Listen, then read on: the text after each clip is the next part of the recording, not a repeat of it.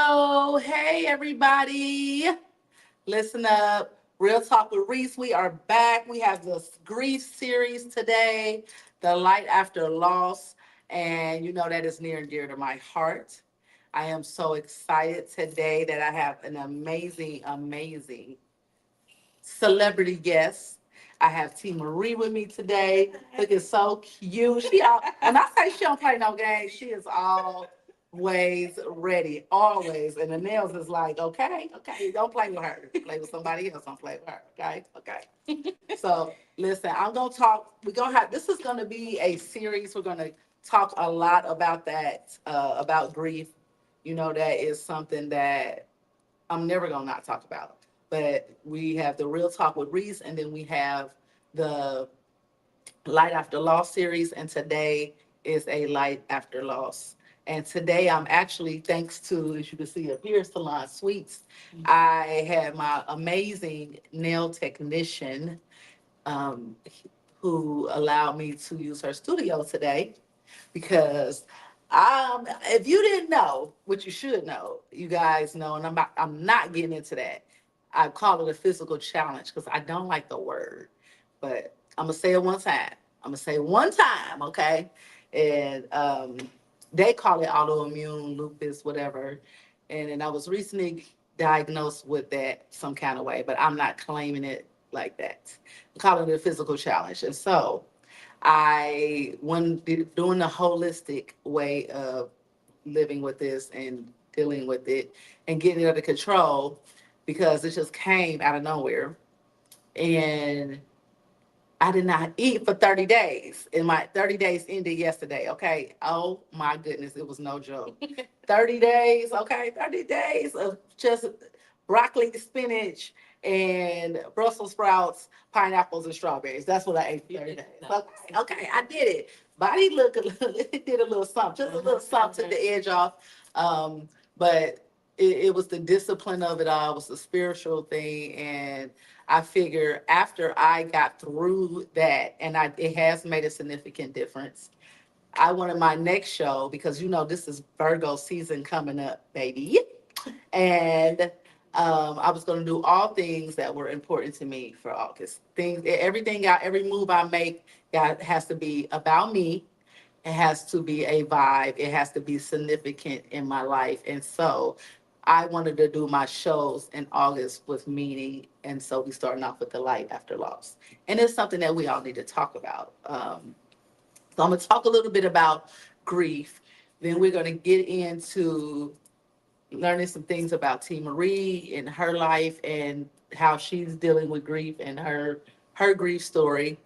And just we're gonna start today just sharing some things, and then the next episode we're gonna dig in a little bit deeper and definitely give you some tools on how to live with it, how to deal with it, how to move with it. But I'm gonna give you a little. We're gonna talk a little bit about it. And the first thing I'm going to talk about is the meaning of grief because there's so many different ways you could think of it. But the real definition of grief is that grief is a deep and natural emotional, physical, and psychological response to losing someone or something important. So that's the definition of grief. And one of the things that I think people with grief out here in these streets don't get is that grief does not have a timeline. You agree? It doesn't have a timeline. It doesn't have an expiration date because you can feel okay one day and the next day you can be completely broken. That is a big attribute and characteristic of grief. But one thing I definitely want to let people know that are listening, that are going through this, is that you don't have to allow people to make you feel like you should be over it. Because a lot of people think that, like, I mean, it's been 2 years last week on the 6th that my son passed. And I had people completely forget about it. I have grown, right? Because I will tell you that if it was last year, and 2 years is like yesterday. 2 years is like yesterday, okay? It's like, it feels like 2 weeks. It feels like 2 months. But I had so many people that didn't even remember. And they were like, oh, I'm sorry I didn't remember. And I'm not mad the last year I would have been angry. I have really worked on myself to not get angry because I can't waste that type of emotion. And you get disappointed. Um, but a lot of people were calling me going, well, why didn't you remind me? You think I'm going to call you on my day? I'm not going to call you, but I'm also not going to be upset with the people that, okay, you were there most of the time. So if you forgot, you forgot. I mean, I don't know what to tell you, but um, yeah, we're not going to call you guys and tell you to remember to be there for us on that special grief day. It's just something that I think people understand. But but then there are people who are like, oh, I thought you were gonna be okay this year. I thought you would be okay. It's been 2 years, right? You're like, it was my son, but okay. But we that's a whole show. But healing isn't about forgetting your loved one. It's about loving them on the other side. And that's something that I think is really important. You know, you can't forget about, we're not forgetting them. A lot of people think, oh, I'm grieving, and they get caught up in, oh, I just don't want to feel like I forgot them. You're not forgetting them. You're loving them on the other side. So it's just something that, you know, you need to adjust to. Um, and moving forward does not mean moving on. Like you moving forward doesn't mean that you're leaving them behind. It means learning how to carry their memory while you're continuing to live. And that's a big one. That's the hardest part. Like people don't, we're learning how to carry their memory and live at the same time. Those two totally different things at the same damn time, right? Like seriously, at the same time, you are. It's so not easy. It's not easy at all. But that is what you have to do. Like people that say, how do you do it? I'm like, they think that I know you are an artist and you're constantly performing, doing things. So people think you're okay because they like, I see you on the internet. You be like, okay, I'm working. Like when I'm doing an event, oh, you were having fun. Yeah, I'ma still smile. Like I'm doing something. It's business, but also you're trying to deal with the grief of it. And we're trying to continue to live as we are working through the grief, as we're working through the sadness. So um, I really thought about it, and I thought about it, and I'm like,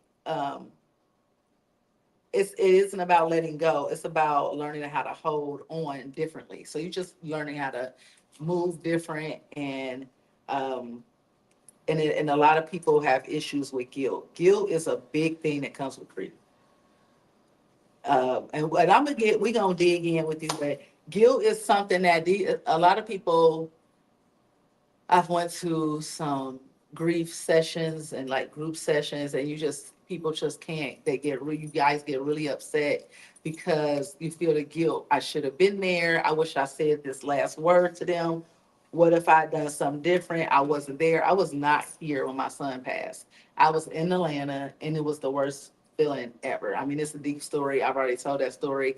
We're not gonna get into that whole long story right now, but it doesn't feel good. It didn't. That was one of the things, that guilt that ate me alive. I mean, it was just tearing me up because I kept thinking, I wish I didn't go to Atlanta. I wish I didn't do that event. Why did it have to happen? And that's just something that you can't do it because hindsight is cruel. It's cruel. It's cruel. Guilt will kill you. So one of the things is that you can't be cruel and you can't make decisions based on what you thought you could have did. You cannot do that. You have to live in the now. Hey, Robin, I'm so glad you joined. Um, I cannot see what you're saying, Robin, because I don't have my big screen up. But um, I'm gonna make sure that I respond to your comment. But Robin, I know I'm glad to see you because I know you lost your son, and just having somebody you could talk to and relate to that went through the same thing. You lost your mom, right? Robin, you actually lost your mom and your son. And being able to talk to somebody that has been through it is probably one of the biggest things. People say go to counseling, you can go to counseling. I had talked to a counselor, and I felt like by the time I got done, I was helping her So that doesn't, sometimes that doesn't work for me. Because they get to talk, they're like, you're doing so well. Like, and then we get to, like, people, I don't know. It makes people so sad when you say you lose your child and they get caught up in it. But one of the best things is talking to somebody that you can relate to. But guilt will kill you. You cannot get caught up in woulda, shoulda, coulda. Because the biggest thing is that should help you, or that helps me, is faith and knowing that God does not make mistakes. But we do want to get on the phone with him sometimes and be like, okay, so let's have a conversation. Listen, Jesus, I don't think we should. I think you could have made a mistake, but we know He doesn't make mistakes, so we can't do that, right? But I definitely gonna have a conversation with God when I get up there, and I'm not rushing getting there, but I'm gonna pull him to the side and be like, so what you?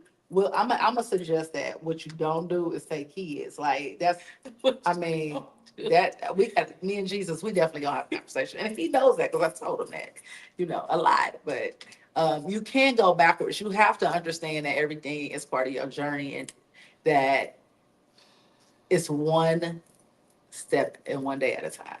So as I go on, we'll talk about some more tips on how to deal with grief.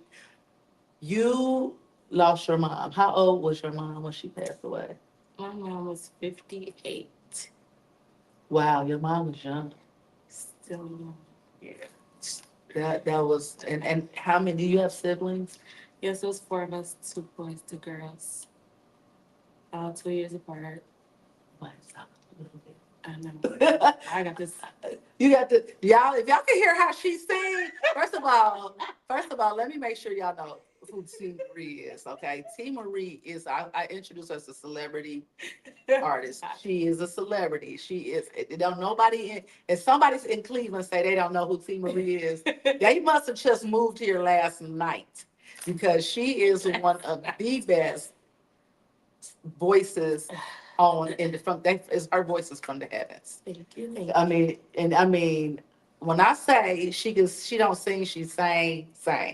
Her voice is so powerful. And then you sit up there like, man, I know. two It's brothers so and two weird. sisters. It's so weird. That is so funny. That's almost like Miss Chalet. Like she be like, no. I'm like, no, you don't talk like her. You're not talking like her. It's so But you'll never know that her voice would be that way by the way she talks.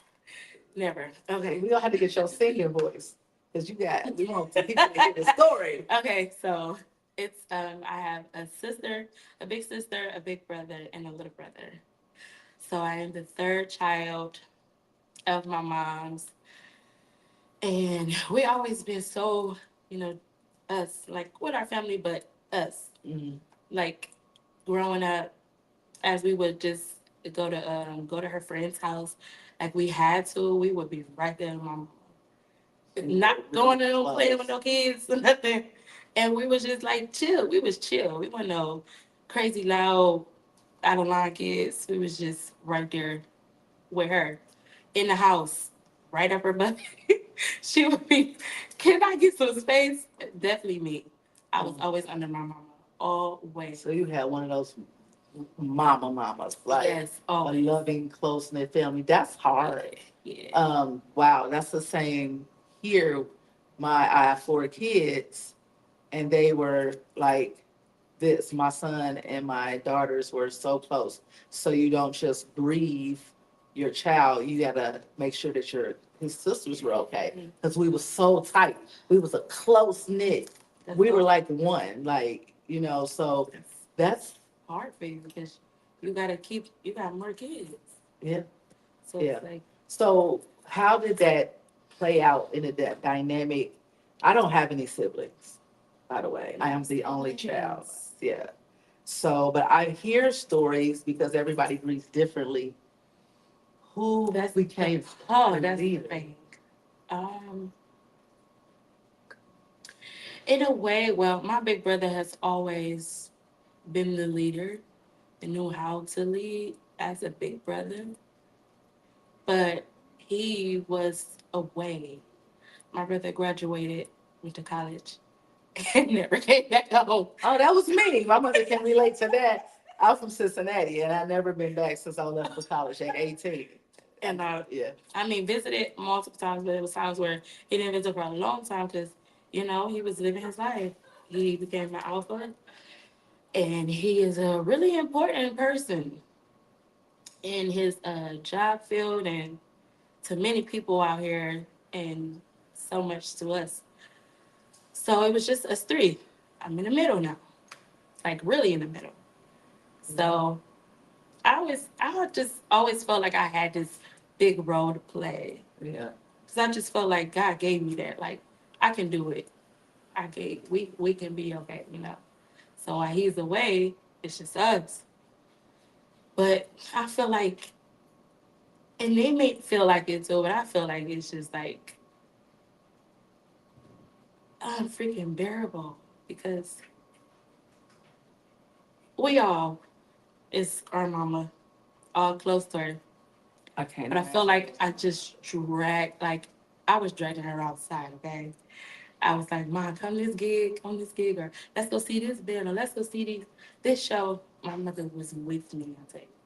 The times where she couldn't because her legs were swollen, or she just, had another surgery, which she had 4 open heart surgeries, and got some blood off her brain. When she was getting the blood off her brain, I was like 24. I thought that was it. I was like, I'm about to lose my mother at 24. Not knowing I'll have 10 more years. It just went so fast. Yeah. After they got the blood off her brain, was she back out Yeah, she got back. hanging with you? Yeah, got back to it. And everything was cool. We would always never worry about it because getting off the table so many times, we're like, oh, she good. She just one of them people, but it's going to be good. Mm-hmm. And she was good for a long time until she wasn't. Until we just had to find out stuff. The doctors caught her kidney failure too late. It was already at stage 4. But that year, 2024, a couple months, it might have been in May, and we was gonna get our haircuts together, our nails done, everything. So I pick her up from the haircut, the barbershop, and I'm looking at my mama's face like, "My, why your eyes yellow? They look yellow." Like she already looking weaker and stuff. Just watching your mom change was crazy. Oh yeah, they said uh, the kidney failure was at stage 4. Just saying it, like, what do you mean? I'm ready to stop the car and say, what? Like, what do you mean, Mom? What do you mean? As they said, how can you not? That was a hot girl. So here comes that. And, my sister kept up with a lot of the information because my sister, she want to fight Cleveland Clinic right now. Oh yeah, I want to fight. I want to fight. The city of Bedford, the ambulance. So yeah, Maybe. and that I think that's a grief thing too. Um, and I think that's one of the stages. Anger. That's the first stage. Ooh. It's anger. Yeah. It gotta be. I was so mad at everything. Yeah. Trying to just stay the calm person I am. But I was so mad at people would tell me I can see you're getting mean. I would not want to, but it's just like, dang, I am different. I don't. Yeah. You do get angry. That's a normal stage. I was angry. I never been mean. And I had a friend of mine come over and she gave me a hat and she said, "It's okay to be mean. You're still you." And I was just like, I said, "Am I being mean?" I didn't know she got. I said, "Am I mean?" She was like, "Oh yeah, you." She was like, "But it's okay because I'm like the positive, known as the positive vibe queen, and you cannot control it. The anger. Listen, if you're listening, that is just part of the process, and you can come back to yourself. But that anger is healthy actually, because you got to get it out. I mean, healthy as long as you don't stay angry very long because you have to go through the emotions. I think where I may have caused myself some problems is because instead of I didn't release the anger. So how did you release your anger? Was there something over time, or did you punch It a had to couple holes in be. the wall? Or I didn't to where I wanted to go to throw dishes at a wall. I never did it. I knew it just kind of settled, and I knew what was happening. But over time, it kind of like got out. I would really be taking stuff out of people, snapping like, "I'm sorry. Just let me, just walk away or something. Just to get, I just had let to me have isolate. to." I isolated myself, and I lost a lot of friends. But how would you lose them if they? If you, I did. You're right. How do you lose them if they were your real ones you love? No I more. can't deal with nobody that's inconsiderate. Please don't. Please don't. From June when my mom passed, I'm gonna say the first 6 months, I didn't care what nobody had going on. How could I? Mm-mm. How? And it felt like people felt like it was Personal. okay. Okay, you buried her. It's over. Get back to It's what? the craziest thing. What? People really think like, oh, I have people say like, I have a friend who had another friend that son passed away. And she ever listens to this show, I'm sure she knows I'm talking about her, but I mean this because this is teaching. This is teaching. This is a teaching show. So I want you to receive this. People, this is part of emotional intelligence. For the people that have not experienced it, you need to really be able to understand that you do play a part in the grief process and learn. One of the reasons why I want to have the show is to teach people how to deal with people that are in grief and have some emotional intelligence. But I remember she kept saying, she just want to be a victim. She cried all the time. She always crying. Her son been gone, I think a year now or 2 years. She was like, and I'm sitting on the phone after my son died, and she was like, she not like you. She go crazy, and I literally didn't say anything because I was thinking, no, I would never call somebody a victim that cry all the time because their child died or their mother or whoever it is. Everybody did different, but her son died and you telling her you think she's just a victim. She need to go see somebody. So she's calling you because she thinks if somebody calls you all the time crying, listen to this. Then they think that you're their friend, real friend, and you there need a listening ear. So just be quiet and listen. That's the best way you can help somebody with grief. We usually just want to get it out. That is all. You just want to get it out. That is something that when you go through with grief, be quiet and listen. And then you don't have to go run around and talk about, oh, she crying out. That's how I'm not talking to a friend right now. Because it's like, well, you need something to do because you just not getting better. I'm thinking like I'm still working. I'm still a mother to my kids, still a good mother to my kids. I'm still making candles. I'm still functioning. But yeah, I'm calling you to cry because I'm having a bad day because I need to get it out. I'm not like on social media rolling around on the floor. You know what I'm saying? Like, but if I did, okay, so what? Like, If I did, so what? you gotta get it out. You gotta get it out. And I think Uh, that's one of the things. But you had your siblings. Is it, do you guys lean on each other or is everybody grieving differently? Definitely, we so weird because it's our mom. She would just want to do it by herself. She just want to go cry by herself. So we don't even like the first day, yeah. But me and my sister, but my brothers, Yeah, you have to stab them 50 times to make them cry about it. yeah. They ready to wipe it away. No, let's do something else. Let's talk about. I'm like, So they don't want okay. to talk about it. Oh, it just makes me mad, and I'm just like, I. That's why I felt alone. That's why I felt. Yeah, yeah. I know. You do feel alone. It is a lonely place. I had a lot of support and I feel alone.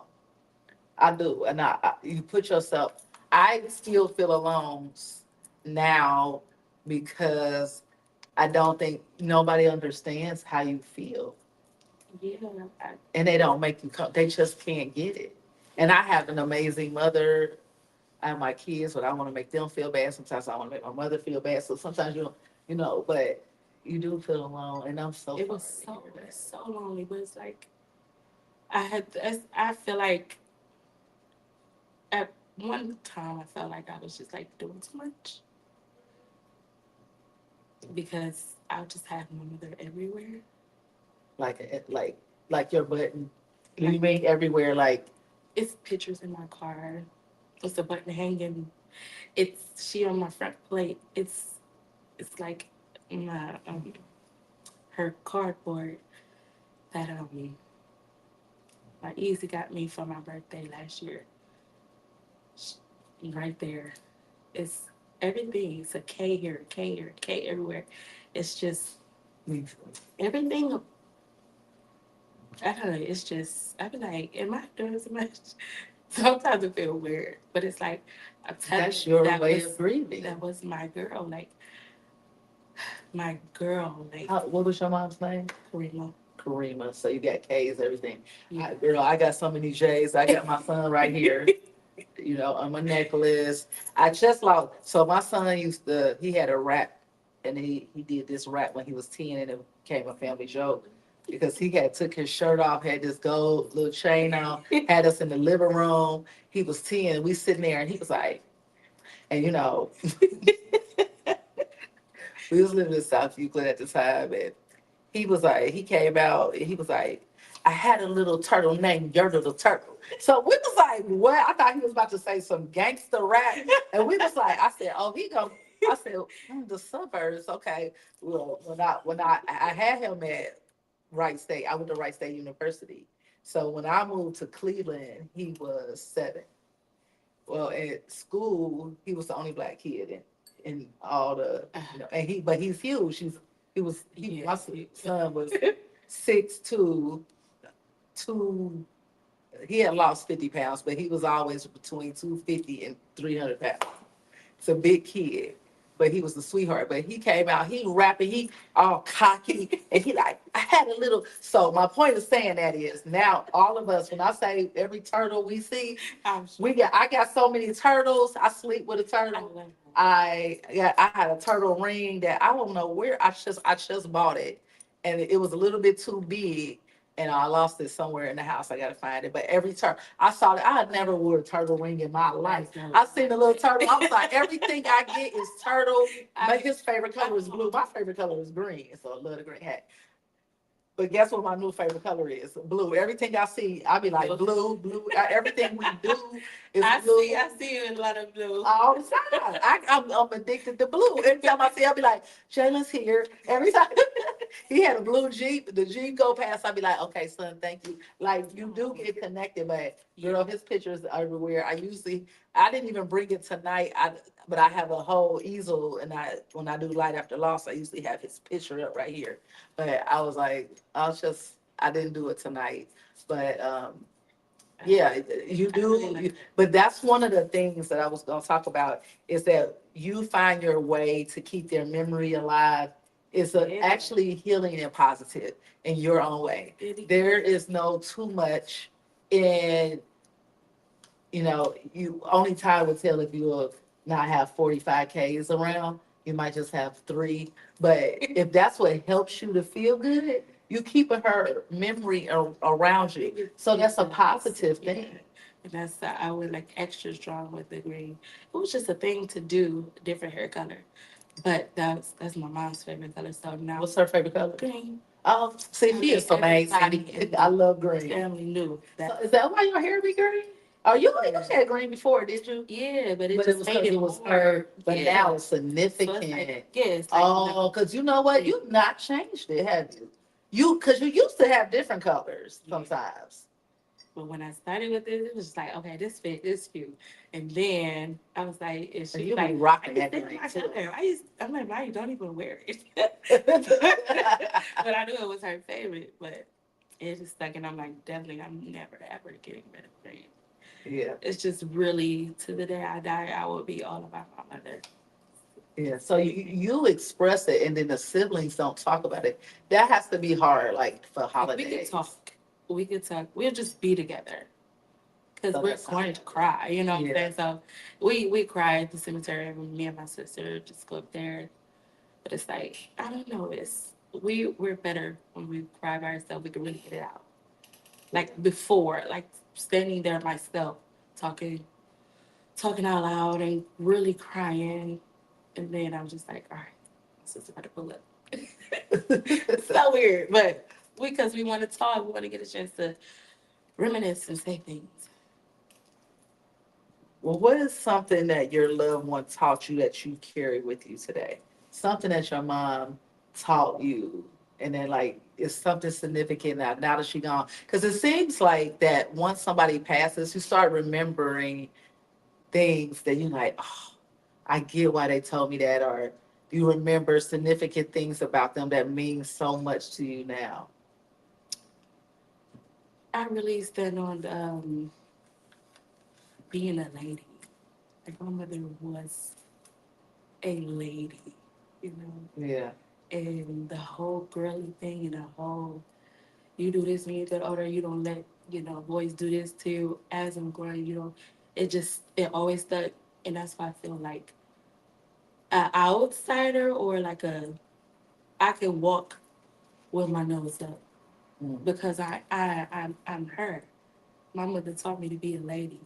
Don't be out here doing anything with everybody and because it come back on you. You watch it come back on people and you like, thank you, Ma, that you gave it to me and I never let that go. Not, I would never let that go because I don't want that. But being a lady, taking care of yourself, being clean, I love that my mom did that for her daughters early. And we stuck with that. I appreciate that.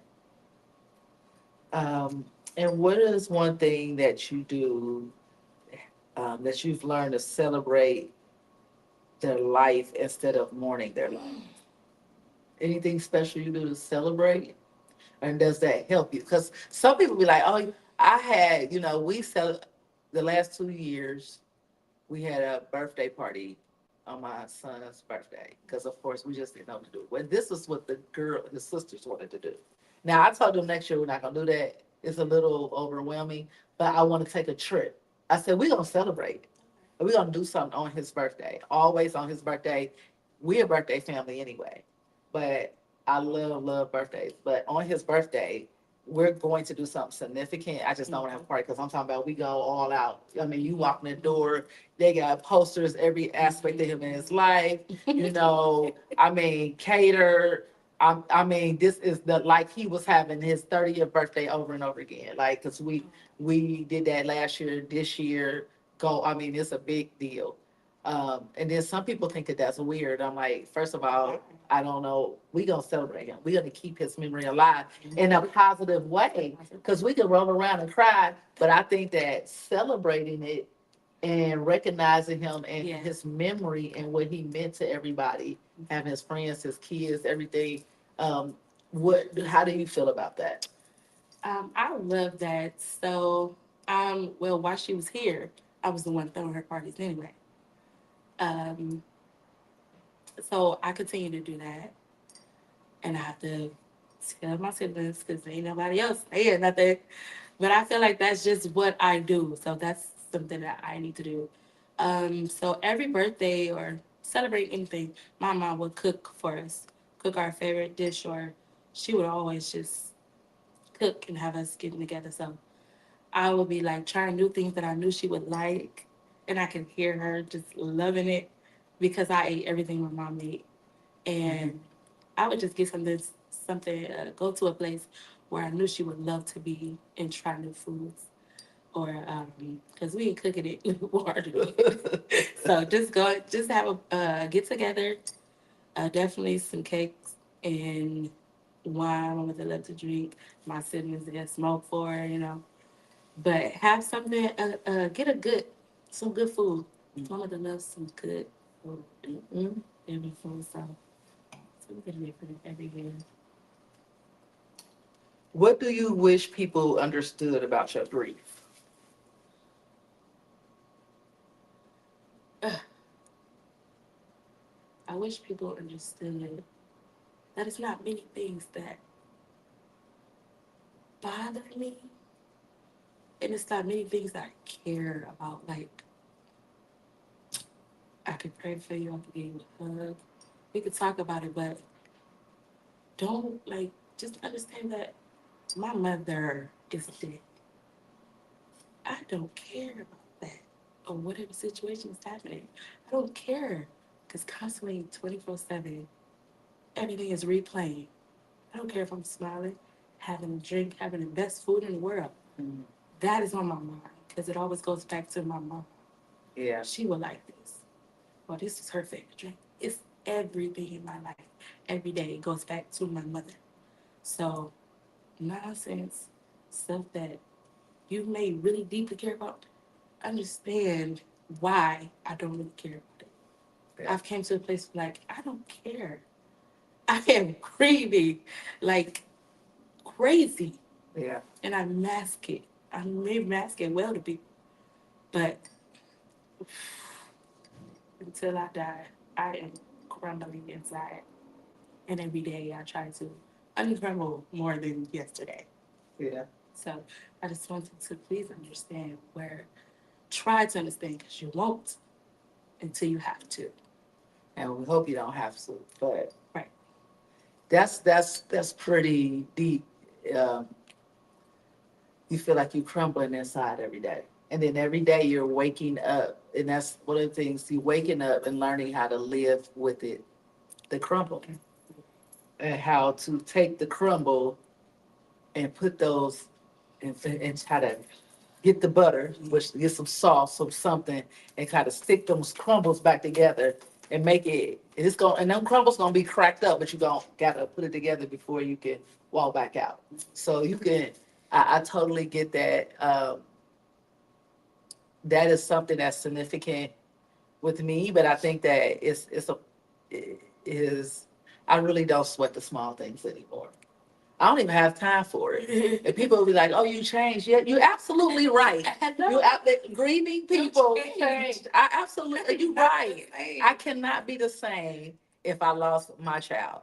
And no, people think, "Oh, she's doing so well. She's fine." No, I'm not. But what I'm doing is I'm learning to live. I'm a new person. You are a new person. This is something that any grieving person, you are okay that you have become a new person. There's no way you're going to be the same. There's no way any grieving person with a heart and a soul. Yeah. Because some people don't have that. Right. And they be fine. But the people that have hearts and souls, we can never be the same. But what we can do, and the importance that I want to get to you, to the audience, or anyone that's going through grief, there is a light after loss. There's a light after loss because you're grieving your loved one would never want you to die with them. Yeah. And that is something that if you want to honor your loved one, you want to honor the person that you had a very special relationship with your mother. There's no way, because it sounds like you had a mother like I got like me. Me and my man, if me and my mother were in the city at the same time, we would be turned up. Now my mother is 72. Okay. Okay. And I can't keep up with her. Oh, You know, she is her best life. I'll be looking like, Ma, you ready to go? Okay. I'll be like this. You ready to go, Ma? She's be like, oh, 20 more minutes. No, she don't really do that, but she really does that. And but it's always a vibe. I love her to death. But you she my son and your mother would never rest peacefully if we are not peaceful down here. So one of the ways that wake you up, and if there's something that I can help you know or anybody know, is that you have to find your peace if you love your loved one. Yeah. Because they cannot have peace if you're not at peace. That's one of the biggest things that I learned that helped me say, I'm going to get up. Once I really did some spiritual research and really listen to my soul, because what you have to learn when you're grieving is to be quiet. Find a quiet place And it don't. Some people get caught up in. I don't get any signs. I don't see nothing. Nobody's come to me in my sleep, in my dream. Don't worry. They right there with you. They come in their time. But a lot of time, I mean, I've had those experiences. But some people like, well, I never had that. You're having it. You don't see it. You got to be quiet. Be quiet and listen. Find time for yourself. Give yourself grace. Yeah. You know, I had to find a way to give myself grace because I kept, sometimes I get mad like, oh, I'm not doing anything. And then I'm like, I'm letting everything fall apart. Sometimes you got to let things fall apart. And then because you got time to build it back together. Like, so say you can't move and you lose your house or lose your car, you can always get another house, you can always get another car, but you cannot get another physical body because you will kill yourself inside if you don't. And I'm a living testimony of that. I'm not gonna say fully, well, yes, I am, because that's what they said. The trauma of the sadness and depression that I experienced triggered this dis-ease. Since I don't have a disease, it's just dis-ease.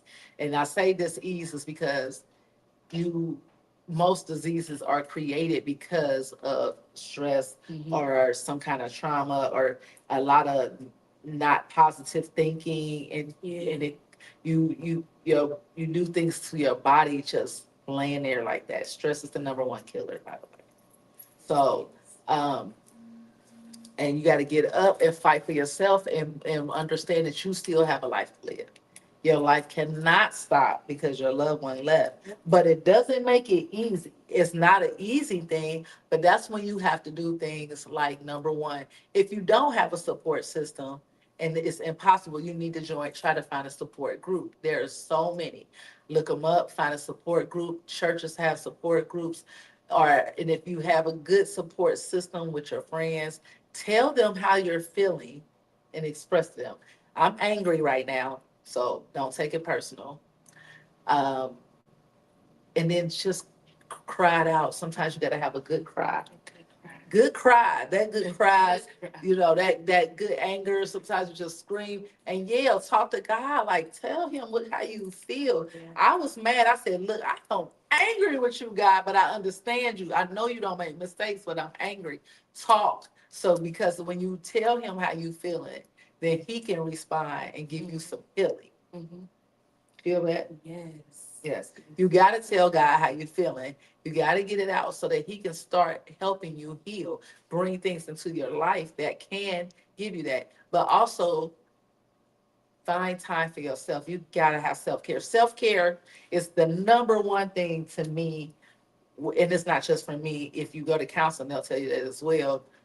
That helps you heal from grief, taking care of yourself. You got to have some patience for yourself. You got to not think that put pressure. Oh, I need to get up. I need to pay these bills. I need to hurry up and get back to my old self. You're not gonna ever get back to your old self. I gotta let y'all know that and let you know. You're never gonna be your old self, but you can learn to be cool with your new self. And your new self could be actually better because you actually feel, if you're a spiritual person, that person is gonna help you from above. It's just it takes time. It's a long time. Yeah, I'm sure you had some moments where you like, I know my mama helped me through that. I know she just saved me. I know she just paid this rent, okay? 'Cause I don't know how that was getting paid. Still, stuff was happening. It was like, dang, Mark, thank you. You still got my back. I just loved it. Oh, I Just love felt so that. good. Because if they had your back down here, they triply have your back. And I know I made that word up, but it's a new word. Congratulations, I just gave y'all some, and I want credit for it. Triply, Real Talk with Reese created that. They triply got your back, okay? You know what I'm saying? And then a lot of people, some people get caught up, and I wonder where they went. Listen, you know the person, Yeah. and they're with you. They went right here. Right. That's how you got to be concerned with it. They went right here. Yeah. So I really wanted to talk and do everything and cry, but people got lives. I don't never just put it on. Like I don't want to. That's a problem. I just can't call nobody and just be like, what if they're like But you are a love person. You got a lot of love in Cleveland. I do, and I love all those people so much because they always right there. But that's something in me that just won't let. You don't let people help you. In a way, like, because I'm just, oh, I'm okay, I'm strong, I'm my mom's daughter. We good. I feel you on that. Yes. It worked out for her. I watched many things work out for her because she just did it her own. She just did it her own. And I'm just like, I could be okay. I'm not, but I could be okay every day. It's that later that nighttime we by yourself. Yeah, I think one of the biggest things that I can tell people is to find your purpose after loss. You got to find your purpose after loss. You got to find out who you are, because when you experience things in your life, it's for a reason. It's part of your journey. Unfortunately, um, you lost your mom, but there's a reason why you're able to deal with it. You're gonna help somebody else that lost their mom by them looking at you. But you don't want them to see too is that, oh, she did it so easy, I got to do it like her. Right. So it's good to like express, no, I just want you to know I went through the anger, I went through the hurt, I went through the pain, but you want to make your loved one proud. I think that's something you want to do. You want your mom, you know, your mother love you so much she wouldn't want you to fall apart. But that's not easy. It's not easy, but you know that. I think utilizing your faith and getting a spiritual connection can be the best thing that you could do. Having some self care and giving yourself grace. I think we beat up on ourselves. We feel lost. I know I felt lost. I didn't even know who I was anymore. Did you have that moment? Like super, like, no, how can I go on? I don't know what to do.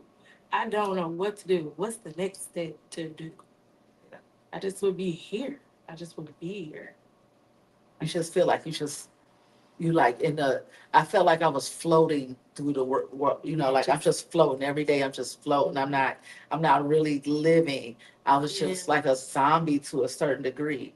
And that's just also giving yourself grace at that time. You don't know who you are. So now you're a new person. When you go through a significant amount of grief, you have become a new person. You are now T. Marie, who is learning to live without a mother. Oh, that's just, oh, that was hard to say. I am Tanya, real talk with Reese, that is learning to live without a son. You know, if you lost a friend, a husband, a wife, you are now an individual who has learned to live with whoever you lost. You got to identify yourself as that first. Yeah. And you have to be the best that you can be. And I don't know why they had no tissue right here. I don't know if I could get some, Lavina, you got some tissue in there? Um, uh, but, and I know that's hard, but that's who you become. Like, you are not yourself anymore. So you got to learn to live with the new you. And what the best thing that I could suggest to people is that learning to live with the new you is figuring out what how to live with the grief, meaning, who am I? Journaling is very good. Writing out how you feel every day. Write a letter to that loved one. That's what I got this new journal for. Yes, you got a new journal? Yeah. That's good. Write a letter to your loved one.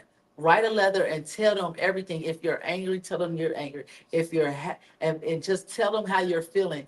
Talk to them like they were sitting in front of you, but you're gonna put it on paper.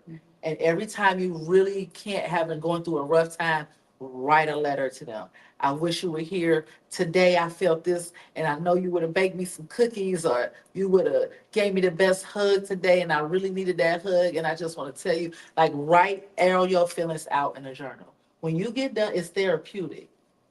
And I I can't believe I did that, but as soon as we get done, I actually brought you a journal. I brought you, I created a journal. It's in the car. I'm gonna hand it to you, and I brought you a candle as well. It was the love candle to put love in your life. But I brought you my journal, a book I wrote, my second book. And I had a third book that was coming out on my birthday, but my son passed August 6th. My birthday was August 29th, so I never published the book. And and I'm gonna tell you, this is part of your journey, right? I never published that book, and so I thought I was gonna publish it this year, but the person I'm working with, I stopped. I said, "We're not gonna put my book out now because it's finished. It was done. It was gonna. I was just waiting to put it out on my birthday, but I couldn't even breathe on my birthday, right? So God didn't want me to put that book because it's good, because I got a new chapter. Ooh. So I'm adding the grief to that. So when that new book comes out, that book is going to be so significant because I talk about so many things to get through. And the last thing, which is bigger than everything, because I've been through divorce, uh, I've lost, I lost a job right a year before retirement, lost $500,000 overnight, but none of that. I had all these things on how to get over adversity. And one of the biggest things that I've seen after I lost my child is grief. So I didn't put the book out so that I was just going to have it come out in January so that I can add grief to it. But I brought you a journal today so that you can make some notes. Um, I want you to write every day. That is so significant. Write, write, write, write. And celebrate your loved one. Honor them. Some tips for you. How do you honor? Because people say, how do you honor? Like, how do you do that? You could start a charity if there's something your mom used to do, or give back. Charity in my mouth. Yeah, you don't share it. That's a good way. Just keep their memory alive in a positive way. It doesn't have to be like, oh, a world renowned charity. People think that the little thing. If you did it, just you. Yeah. If you just got up and went and donated some clothes in the honor of your loved one, you honored them. You have to find purpose in your life when you're grieving. Um, I don't even know how long we've been talking, but I want to read you guys something. So I told y'all we're in Salon Studio Suites, and one of the ways that I get through um, what I'm going through is because my friend, who's more like family, she lost her son, which I could not believe when I got that phone call because her son was very close to me. I even helped him in his music career when he he was. I don't know if you knew Nine. He got himself Nine. He was a singer. Um, uh, but anyway, we're not gonna go to all that. She lost her son, very popular here in Cleveland, and um, when I saw how she was getting through it, and I could talk to her, she's the only person that really understands it. I saw my friend Robin that was logged on in Cincinnati, and the minute that we seen each other, we just held each other because she lost her son, and we didn't even really have to talk. We could just we bonded with that love that, and I was like, we could finish each other's sentences because people that have been through it is your best source of healing. So if you know somebody that has been through it and you share your story, you're going to change other people's lives. But let me read this to you. Tell me. So she got me this book, and she gave this to me last week. And it says the Bible in 52 weeks, a year-long Bible study, right? So she called me the other day and she said, turn to page 159. I said, okay. And this is so significant. And I know God brought this to me because what was the odds of her calling me to tell me that this week and I'm doing this show? So this is what it says. It says in 2 Corinthians 12, Paul talks about being a recipient of God's grace. Paul was once a persecutor of the church until God changed his life and made him an apostle. In chapter 11, Paul speaks of the trials he has faced as a preacher of the gospel. He's been put in prison, beaten with 39 stripes, and even stoned at one time. He's been shipwrecked 3 times and left for dead at sea. But even though he's gone through all of those trials, there's nothing compared to his present crisis. This crisis is clearly a serious one, but he doesn't actually mention what it is. Maybe it's something that would cause him embarrassment and humiliation. Maybe it's something that would have ruined his reputation in the church. Whatever it is, he calls it a thorn in his flesh. No matter how much he prays, God won't remove it. What is that thing that really bothered? What is that thing that's really bothering you that won't go away and God won't take away? What is that thing you've been praying about that God won't seem to release you from? What is that thing that makes you cry and you can't seem to understand why you still have to deal with it? What is your thorn? For some problems with for some, it's problems with your children. That's your thorn. For others, it's your job. Maybe it's your singleness, the state of your marriage, or your financial situation. Whatever it is, you've prayed and cried, but you just can't seem to find any peace. It's hurtful. It's disappointing. It's draining the life out of you. This is just where Paul was. No matter how much he prayed, God would not remove the thorn.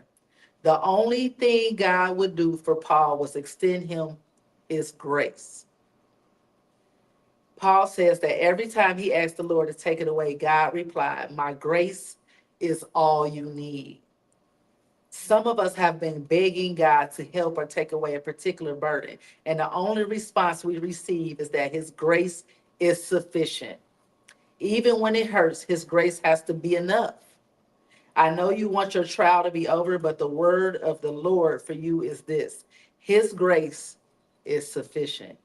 Because of God's grace, you will find yourself feeling strengthened when you probably should be falling apart. You'll find yourself.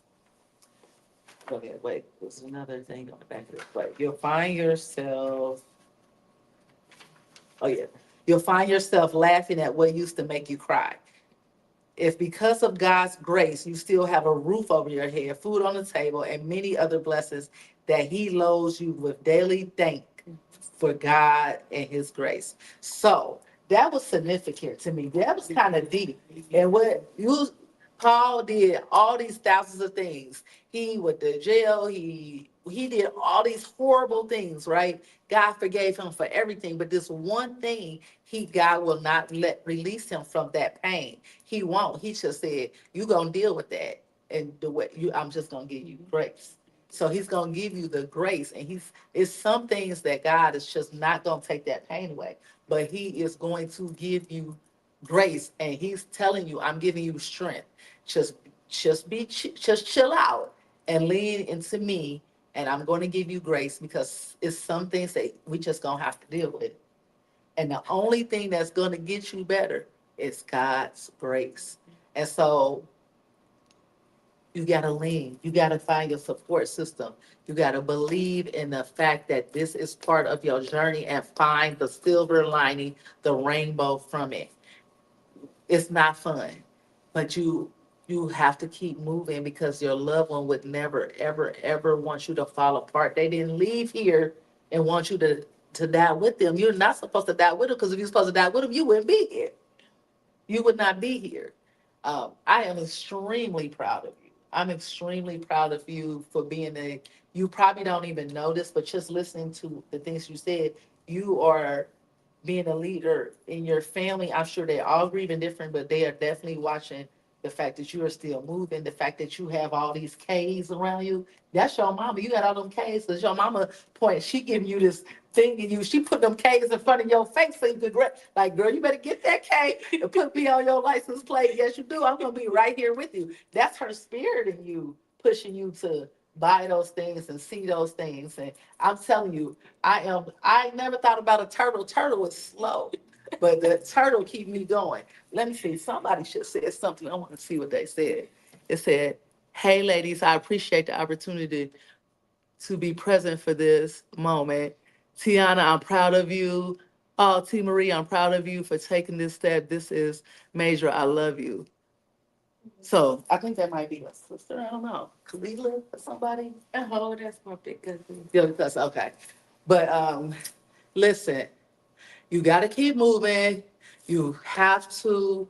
Oh, that's my girl. Oh, see, you got all the support. I told you she was a real life celebrity. Yeah, you got to keep moving, and y'all got to give us grieving people grace and know that we love you. We are trying to love ourselves. We are trying to, and that's the thing. You love yourself. You got to put yourself first. The first step in grief is you're gonna have some anger. You're gonna have some accepting of what happened. You're going to have to find some peace, but you do not have to forget them to move on. You just have to figure out how to love them on the other side. You got to love them on the other side because they are always going to be with you. They're not gone, they're just a beautiful memory in your soul. And it's so many things that I could say. I just can't say it all in 1 hour. I'm going to keep this series going because I'm going to get really deep into the psychological aspect of it, how you can move. But this show is really just to talk about and teach like how you're feeling, how to live with grief. And also a big thing is for the people out there that are helping people get through grief, you got to give them grace and stop taking things personal because we're not the same, but we still are. If we were a lovable person, you know we still lovable, but we are trying to learn how to love ourselves, our new self. We are not the same person, but we're actually going to be better. Nothing that God does is not going to make you better on it. You're going to be greater. Your voice is gonna be more amazing. You're gonna touch somebody. You know I want you to sing something, but I know she probably be like, wow, I know you just sick of that. But y'all, I just want y'all to hear this girl is good. I just like, oh, no, I'm just saying. Okay, ain't gonna make you sing, but maybe next time. I did have a little. I used to sing this song when I was like in seventh grade with one of my friends, but it's the last. I probably won't make it through it, but it's the last song I sung. It's the last song she sung for her mom. Does your mom heard you? Yeah. Ugh. Okay, I probably won't make it through it at all. It's But and she was so funny. So it's just real short. But I wanted so we did a prayer. My brother led us in prayer. And then it was just us and her kids in the hospital. And I said, Mommy, I was singing this song. Yeah, so this is it. A little bit. I can do it. I can do it.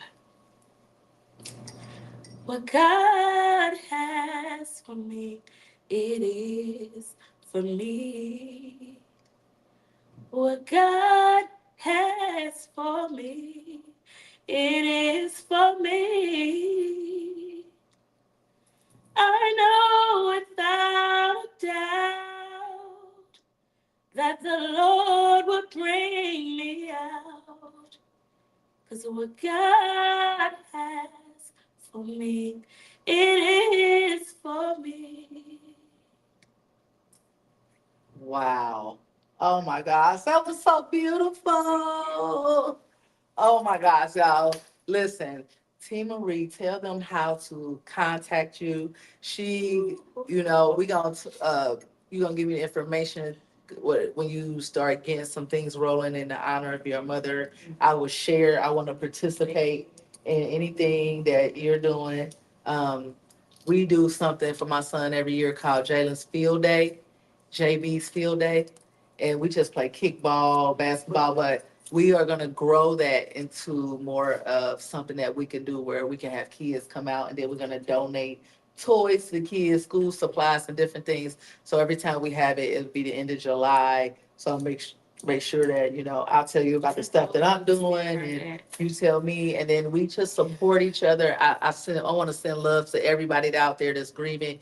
You are maybe not okay, but you will be okay, and give yourself grace. Find your person, find your tribe, find a person that allows you to cry every day. And if you can't do that, journal, write it out, y'all. Write the letters, write the notes, talk to your loved ones, tell them that, how you're feeling. I promise they will send you something back down into your soul. And you got to tell God what you need. You got to tell him and take care of yourself. Go take you a bubble bath, get your feet done, your nails done, get you a massage. I love getting a massage. Massage is great. Matter of fact, I think I want to go get one this weekend. I need a massage. Anybody want to donate a massage to either one of us? We are open to getting massages. Donated to us. We have gift cards, anything like that. But laughter is so healing. Yes. So you guys, to watch a comedy show, one of my tips that I always tell my clients when they going through stuff, they can't, if you can't get out and watch a comedy show, laugh and do whatever you can do, but make yourself a priority. You are your best medicine. It is you. I like that. Love yourself. Love yourself. Keep moving. You are Real Talk with Reese. I'm always here for you. And then you can't get out of it. Go look up T Marie. Tell them where you can find her so you can go hear her sing. Me on IG at ISANGG22. All my videos, you need to hear something, just go to my page, listen to something sweet. She's amazing. Her voice, you heard it. You already heard it, but that's just scratching the surface.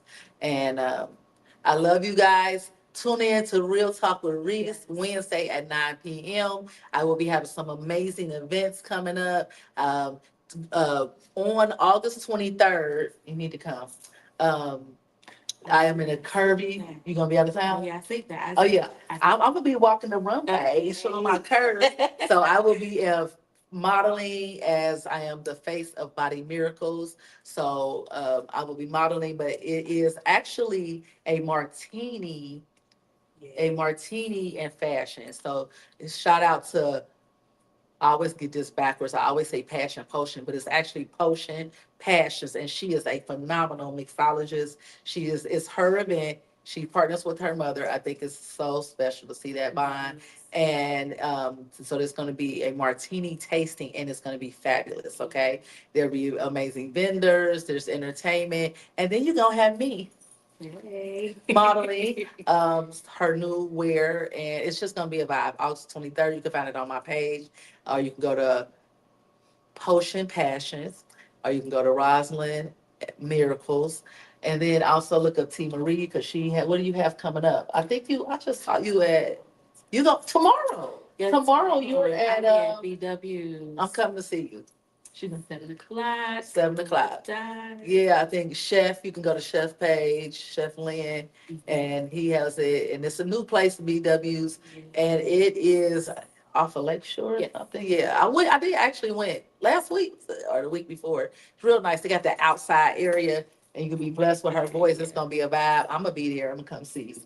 And then also September the 4th, I will be hosting a comedy event at Lounges. So check that out. Lex Vegas reached out to me. So I'll be doing that. And look out for the Love Yourself Productions retreat. So I'm going to have a retreat and for women right now. And I'm going to do one with co-ed probably in December, but it's gonna be an overnight, or you could pay to just be doing the daytime stuff. So I'm only gonna have 15 slots, but I will be having a retreat in the end of September. So Love Yourself Productions retreat is coming. Always look out for Milana Artist. Look her up. That's my art. She's phenomenal. She is at today. Shout out to her, Naima, her daughter's birthday today. And then it's so many people. Let's see how they getting on the big screen. We love you. About to go. Oh, okay. I'm not about to say what that said. I don't know what they are. I ain't gonna tell your business, but somebody said they about to go to the casino. Oh my goodness. That's one of your people. Okay. Well, they let you know to go to the casino. Well, win her some money and then because she need a massage, okay? Yes. And a pedicure, and you see her nails, it's expensive. They phenomenal, actually. Okay. But listen, y'all, love yourself. Take care of yourself. Nikki, I love you too. Thank you for watching. Thank you for everybody that tuned in to Real Talk with Reese. And look out for the events. And peace and love. And my candles make you feel good. Yes, I got to go out there and get your gift. I'm in to hand that to you, girl.